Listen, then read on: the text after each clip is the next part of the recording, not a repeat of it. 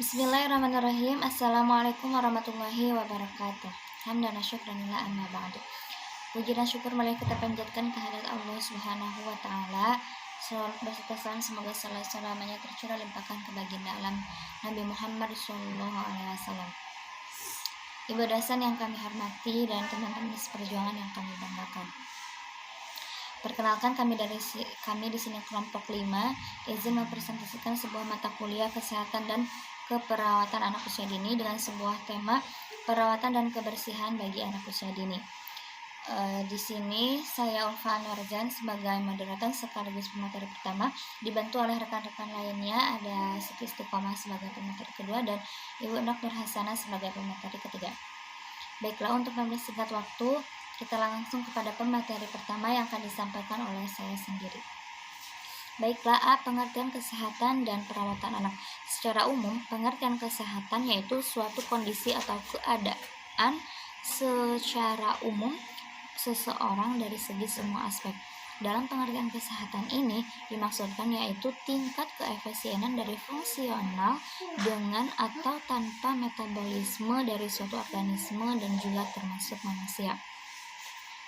Pengertian kesehatan menurut Undang-Undang Nomor 23 Tahun 1992 adalah keadaan sejahtera dari badan, jiwa, dan sosial yang memungkinkan setiap orang hidup produktif secara sosial dan ekonomis. Kebersihan merupakan salah satu faktor kunci untuk menjaga kesehatan manusia. Faktor bersih ini jarang menjadi prioritas nilai yang ditanamkan sejak dini di tengah-tengah keluarga kita. Tradisi bersih saat usia dewasa sangat ditentukan oleh kebiasaan sejak kecil dan tradisi menjaga kebersihan di tengah-tengah keluarga kita.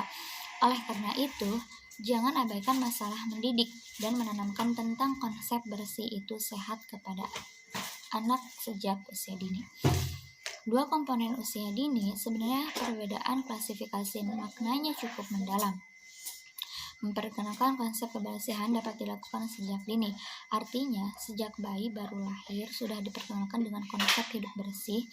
Nah, orang tua selalu berusaha menjaga kebersihan tubuhnya dan pakaian si bayi itu tersebut. Dengan demikian, lambat laun, anak bayi tersebut akan akrab dengan konsep bersih dan merasa risih jika lingkungannya kotor. Selanjutnya, di usia balita, seorang anak sudah dapat berkomunikasi dengan baik dan memungkinkan sedikit banyak sudah dapat diberikan berbagai pemahaman dengan argumentasi. Maka, konsep kebersihan tadi bisa diajarkan dengan komunikasi saat bermain dan lain sebagainya. Mengajak keluarga hidup bersih memiliki berbagai keuntungan-keuntungan seperti berbagai penyakit umumnya muncul karena gaya hidup yang tidak bersih. Misal, seseorang dapat terkena diare hanya karena malas mencuci tangan sebelum mengambil makanan atau memberikan makanan tidak tertutup atau diolah dengan cara yang tidak higienis.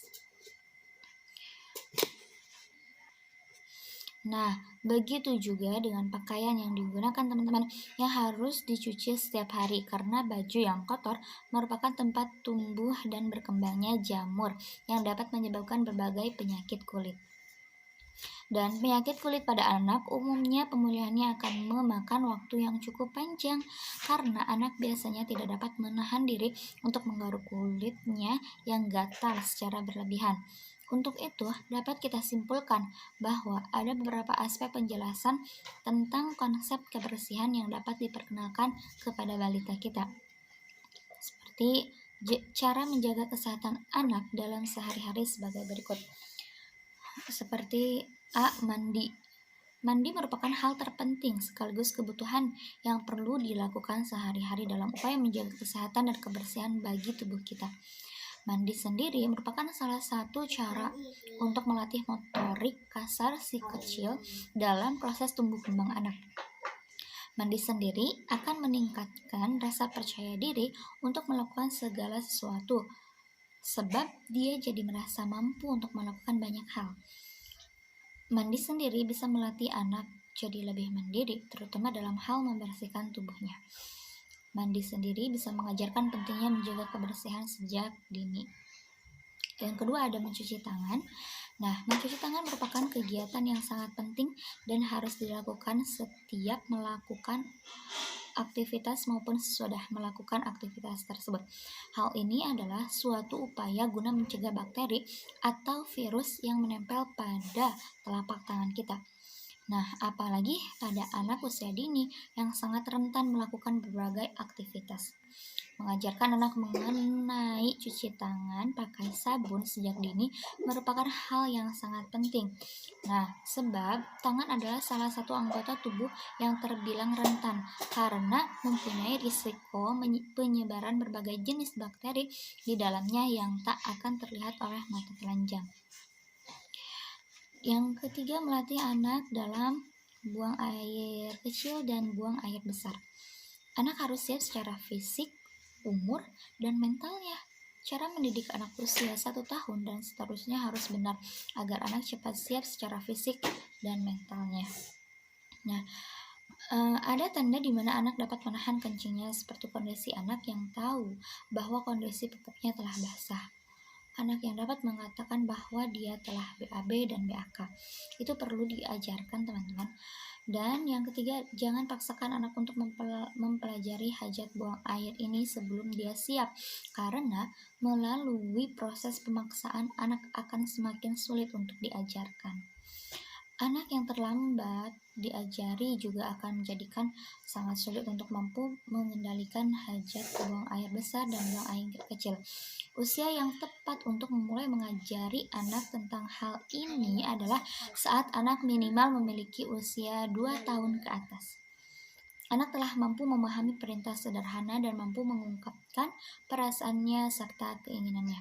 Cukup sekian dari saya dan akan diteruskan oleh pemateri kedua dan ketiga. Terima kasih. Baiklah, saya pemateri kedua Siti Istiqomah akan memaparkan menjaga kebersihan dan kesehatan di lingkungan sekitar. Mengajarkan kebersihan pada anak sangat penting untuk dimulai sejak dini. Pasalnya, kebiasaan baik harus ditanamkan pada anak sejak ia berusia sangat muda. Dengan begitu, kebiasaan baik dalam hal ini menjaga kebersihan akan menjadi bagian dari kebiasaan anak ketika ia tumbuh dewasa. Dengan menanamkan pentingnya nilai kebersihan yang kemudian menjadi sebuah kebiasaan, maka orang tua akan menghemat tenaga untuk selalu memperingatkan anak menjaga kebersihannya. Pasalnya, penanaman nilai kebersihan sejak dini akan membuat anak sadar untuk menjaga kebersihan diri sendiri dan sekitarnya tanpa perlu diminta. Pembiasaan untuk hidup bersih harus diberikan sejak dini kepada anak-anak kita, tidak hanya di rumah, tapi juga di sekolah. Karena dengan hidup bersih, hidup menjadi sehat. Pembiasaan tersebut juga dapat melatih anak untuk bertanggung jawab terhadap dirinya sendiri, membuat mereka lebih peka atau peduli pada lingkungan mereka berada. 1. Biasakan anak tidak membuang sampah sembarangan.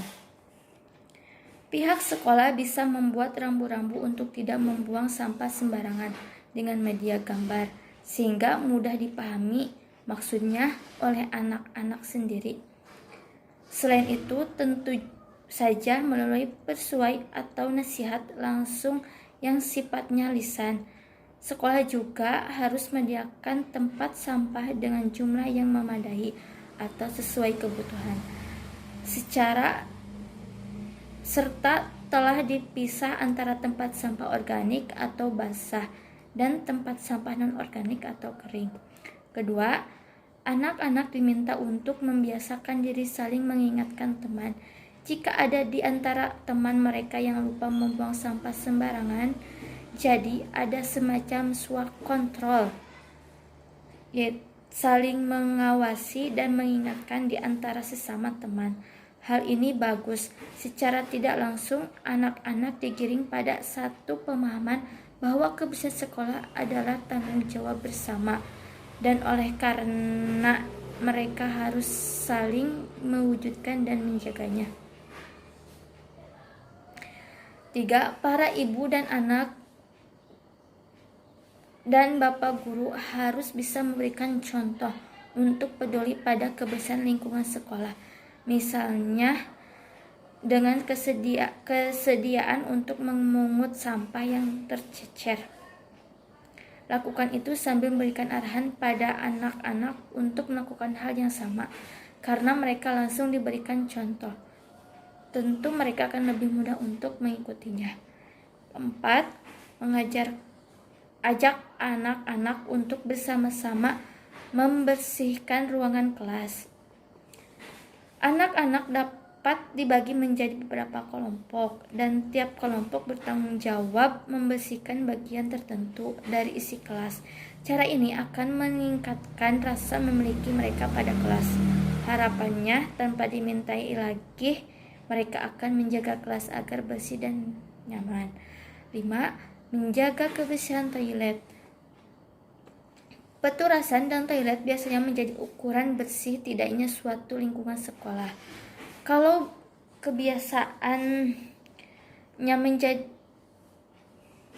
toiletnya bersih, biasanya sebaliknya.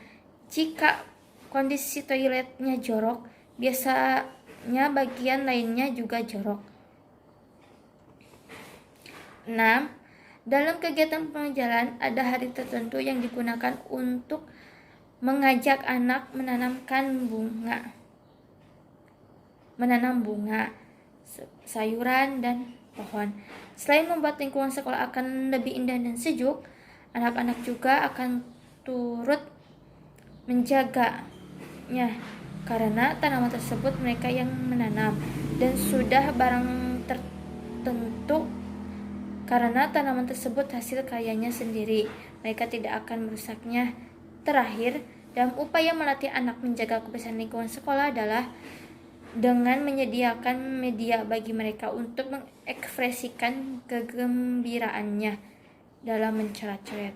Misalnya ada satu dinding khusus yang memang dimaksudkan untuk itu, atau bisa juga dengan menyediakan kain bentang lebar dan panjang, atau dapat menggunakan kertas, sehingga anak-anak tidak akan iseng menggambar di dinding dengan sembarangan. Baik, langsung saja. C. Upaya pencegahan terjadinya kecelakaan serta pertolongan pertama. Anak usia dini selalu aktif bereksplorasi dengan keingintahuan yang amat tinggi. Semua benda baru dan menarik akan diamati dan dipelajarinya dengan sesama. Mereka belum mengetahui dan menyadari jika ada hal yang membahayakan dirinya. Keingintahuan yang besar akan mendorong anak tergerak untuk memanjat furnitur, memasuki lemari, meraih apapun yang menarik, memasukkan benda ke dalam mulut dan hidungnya, menggoyang-goyang dan mendorong, bahkan akan memasukkan tangannya ke colokan listrik. Ini adalah perilaku positif untuk mereka menjadi lebih cerdas dari waktu ke waktu. Tugas pendidik dan pengelola adalah memastikan semua yang berada di dekat anak aman dan edukatif.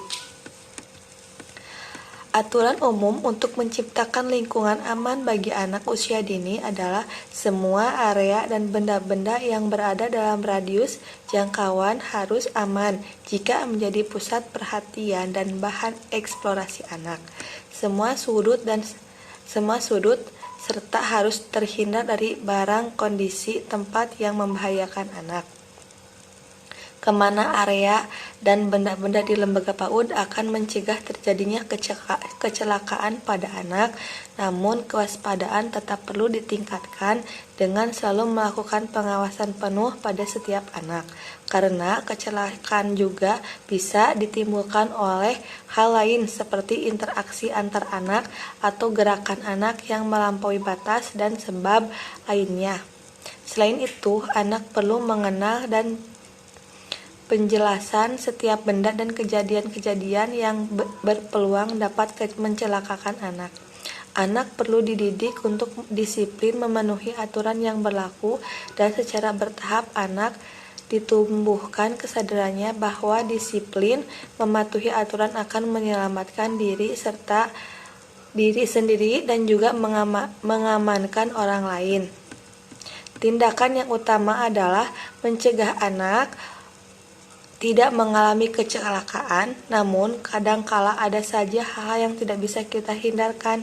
Berkenaan dengan hal tersebut, maka setiap lembaga PAUD harus memiliki kotak P3K.